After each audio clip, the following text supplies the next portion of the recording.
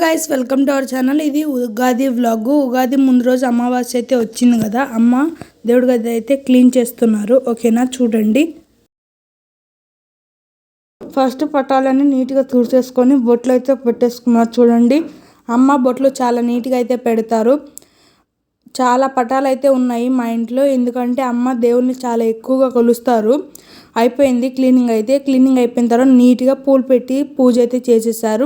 సాయంత్రం కాబట్టి ప్రసాదం ఏం చేయలేదు, స్పెషల్గా గ్రేప్స్ ఉన్నాయని గ్రేప్స్ పెట్టేశారు స్వాములకి. పొద్దున్నే లేచి మా డాడీ వేపూత అవన్నీ తీసుకొచ్చారు. మన జీవితాల్లో ఎలా సుఖం, ఆనందం, దుఃఖం ఉంటాయో ఈ ఉగాది పచ్చలో కూడా పులుపు, కారం, ఉప్పు, తీపి, వగరు, చేదు ఇవన్నీ అయితే ఉంటాయి. మా డాడీ అయితే ఉగాది పచ్చడి అయితే చేశారు.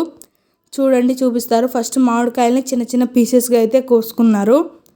ఒక మామిడికాయ చేసుకున్నాం ఫ్రెండ్స్, ఎందుకంటే మేము నలుగురమే కదా, ఎక్కువ మంది ఉన్న వాళ్ళు ఎక్కువగా చేసుకుంటారు. మళ్ళీ వేరే వాళ్ళు బనానా ఇంకా శనగపప్పు కూడా వేస్తారు ఉగాది పచ్చడిలో. మాకు అంత ఇష్టం ఉండదు, అందుకని మేము వీటితోనే ఉగాది పచ్చడి అయితే చేసుకుంటాం. డాడీ అయితే కటింగ్లో ఎక్సలెంట్ అనమాట. కటింగ్ ఎంత బాగా చేస్తారంటే సూపర్గా చేస్తారు కటింగ్. మాలో ఎవ్వరికి రాదు అంత బాగా కటింగ్ చేయడం. అది మాత్రం డాడీని మెచ్చుకోవచ్చు. ఉగాది పచ్చడి అయిపోయిన తర్వాత మమ్మీ అయితే పూజ గది కుందులు అయితే నీట్గా తోమేసి పెట్టేశారు. బయట ముగ్గేసేసి తులసమ్మని పూజ చేసేసి అయిపోయింది. పువ్వు అయితే పూసింది చూడండి. ఈరోజు గుమ్మం అయితే నేనే డెకరేట్ చేశాను. పైన తోరణాలు ఇంకా బంతి పూలు కట్టడం, కింద అమ్మ ముగ్గేసి నీట్గా గడప అయితే పూజ చేసుకున్నారు. చూడండి, అమ్మ ఎంత బాగా ముగ్గేసింది కదా. ముగ్గు ఎలా ఉందో తప్పకుండా కామెంట్ అయితే చేయండి. ఇప్పుడు లోపలికి వెళ్ళిపోదాం రండి. ఫస్ట్ అమ్మ ఇలా అయితే అన్ని పట్టాలకి పూలు అయితే పెట్టేసుకుంటారు. ముందు రోజు పెట్టిన పూలు తీసేసేసి నీట్గా కొత్త పూలు అయితే పెడతారు. అన్ని దేవుళ్ళ పటాలకి, దేవుళ్ళ విగ్రహాలకి అయితే స్పెషల్ రోజులు అంటే ఇలా పండగ రోజుల్లో మమ్మీ అన్ని పటాలకి పూలు అయితే పెడతారు, ఇంక్లూడింగ్ క్యాలెండర్ కూడా. ఇదిగోండి, గణపతి స్వామిని చాలా బాగా అలంకరించారు కదా. తర్వాత పూజ గదిలో నీట్గా మాలలన్నీ సిద్ధం చేసుకొని అలంకరించుకుంటారు. ఎంత బాగా అలంకరించారో కదా. నేను హెల్ప్ చేశాను మమ్మీ మాలలు కట్టడంలో. కామాక్షి దీపం కూడా నీట్గా పూజ చేసుకొని కుందులకు బొట్లు పెట్టుకొని రెడీగా అయితే పెట్టుకున్నారు. తర్వాత మమ్మీ స్నానానికి అయితే వెళ్తారు, ఎందుకంటే పూజ పనులు చేసిన తర్వాత కింద నేల అయితే మళ్ళీ ఊడ్చి తుడుస్తారనమాట. అందుకని చీపిరి ముట్టుకున్నారు కాబట్టి స్నానం అయితే చేసి వస్తారు. చూడండి, అమ్మవార్లకి ఇంకా స్వాములకి ఎంతో ప్రీతికరమైన ధూపం అయితే అమ్మ వేస్తున్నారనమాట. చూడండి, ధూపం అయితే మేము బొగ్గులు అయితే తెచ్చుకున్నాము. ఊర్లో ఉంటాయి కదా చార్కోలు, అంటే మనం కట్టెలను కాల్స్తే వచ్చే బొగ్గు, దాన్ని అయితే కాల్చి ధూపం అయితే వేసాము. స్వామివారికి ఎంతో ఇష్టం. ఇల్లంతా ధూపంతో స్మెల్ వస్తే ఎంతో బాగుంటుంది కదా.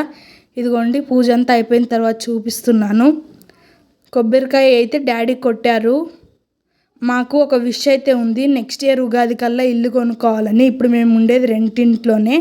అదే ఈరోజు మేము కోరుకుంది స్వామివారిని. ఇదిగోండి, మా డాడీ, మమ్మీ, మా తమ్ముడు మీకు విషెస్ అయితే చెప్తున్నారు. మా ఫ్యామిలీ తరపున మీకు అందరికీ హ్యాపీ ఉగాది. తెలుగులో నాకు చెప్పడం రాదు, ఇంగ్లీష్లోనే చెప్పాను, అందుకని ఓకేనా.